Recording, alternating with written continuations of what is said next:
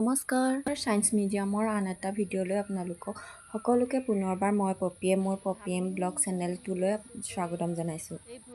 আগত দিয়া ভিডিঅ'টো চালেনে নাই চোৱা যদি চাব দেই। আৰু আজিৰ ভিডিঅ'টোত দেখুৱাম সায়েন্স মিউজিয়ামত একুৰিয়ামবিলাকত কি মাছ কালেকশ্যন কৰি ৰাখিছে সকলোবোৰ দেখুৱাম। আপোনালোকে ভিডিঅ'টো স্কিপ নকৰি শেষলৈকে চাই যাব।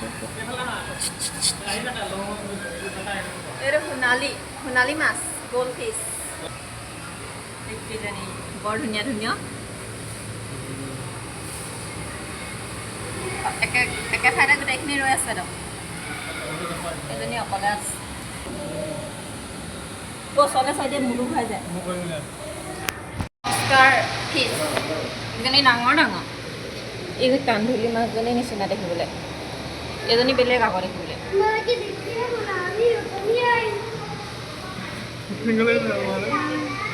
ওচৰলৈ দিলে বহুত ডাঙৰ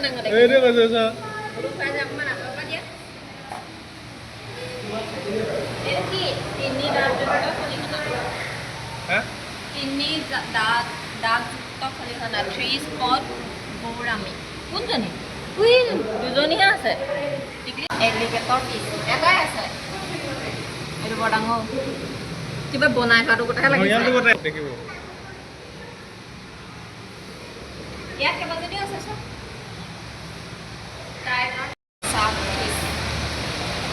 চাহ হয় এটা এতিয়া ডাঙৰ ভাগত থকা কেইজনীয়ে মানুহ খায়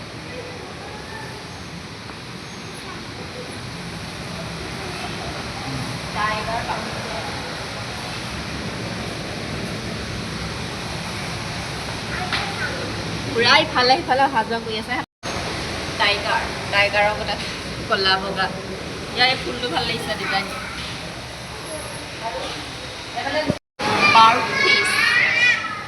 আমাৰ ফালে পথাৰত লোৱা পুঠি মাছটো আকৌ হালধীয়া নাথাকে ফানবোৰত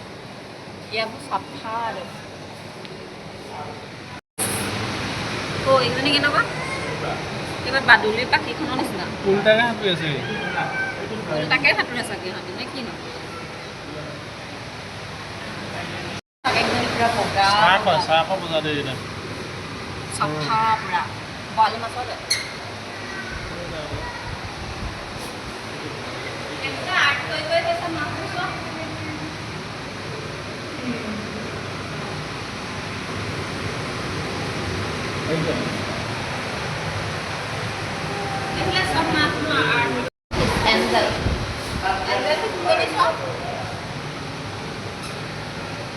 চব চাইলে কিবা মাছ এজনীহে আছে ফিছ বুলি কয় আফ্ৰিকান ফিছ কান্দুলি মাছক আমি কান্দুলি বুলি কওঁ ৰঙা ভাতো মাছ